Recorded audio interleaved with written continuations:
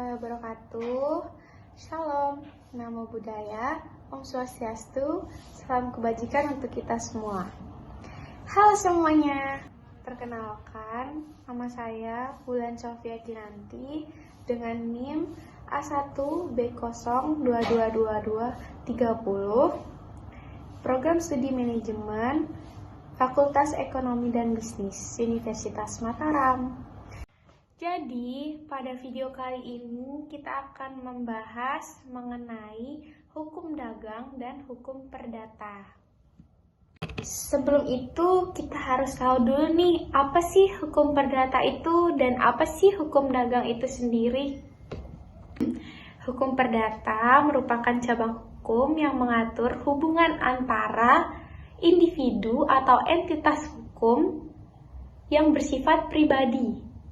Hukum perdata ini mengatur hak dan kewajiban individu dalam konteks hubungan sipil seperti perjanjian, kepemilikan properti, tanggung jawab hukum, warisan pernikahan, perceraian, dan kontrak.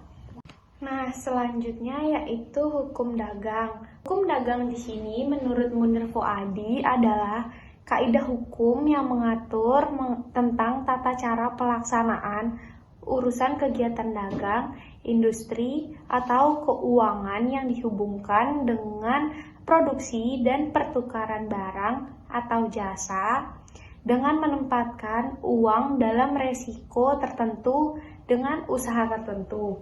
Dengan topik adalah untuk mendapatkan keuntungan tertentu.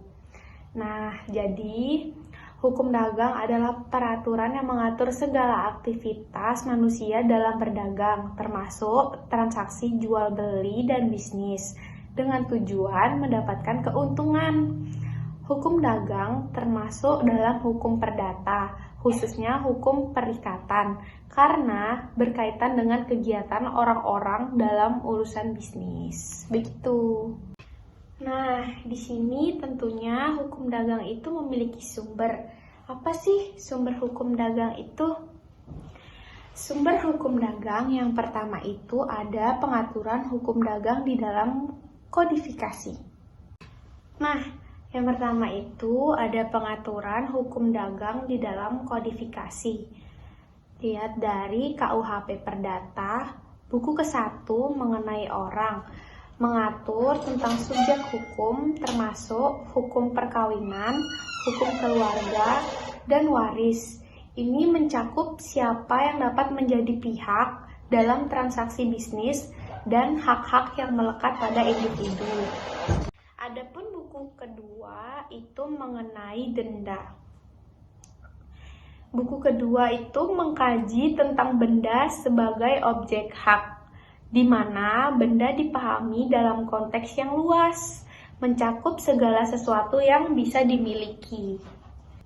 Jadi hal ini itu penting dalam hukum dagang untuk menentukan kepemilikan dan transaksi barang. Adapun buku ketiga itu tentang perikatan, yang dimana menyampaikan hak dan kewajiban yang muncul dari perjanjian, perbuatan melanggar hukum, dan peristiwa lainnya. Di sini, konsep kontrak dan tanggung jawab hukum menjadi sentral dalam hukum dagang. Nah, dan buku keempat itu mengenai pembuktian dan daluarsa. Pembuktian ini mencakup langkah-langkah yang diambil oleh pihak-pihak dalam sengketa untuk mendukung klaim mereka. Alat bukti termasuk bukti tertulis, saksi, persangkaan, pengakuan, dan sumpah. Sedangkan daluarsa di sini adalah batas waktu untuk mengklaim hak tertentu yang sangat penting dalam penyelesaian sengketa dagang untuk menghindari klaim yang tidak terhingga. Selain KUHP, di sini ada KUHD, yaitu Kitab Undang-Undang Hukum Dagang. KUHD merupakan regulasi khusus yang mengatur berbagai aspek hukum dagang, termasuk transaksi dagang, perusahaan, dan surat berharga. Ini memberikan kerangka hukum yang lebih spesifik dibandingkan dengan KUHP. Kemudian di sini ada pengaturan hukum dagang di luar kodifikasi. Jika tadi kita sudah membahas mengenai peraturan hukum dagang dalam kodifikasi, di sini kita akan membahas yang di luar dari kodifikasi itu.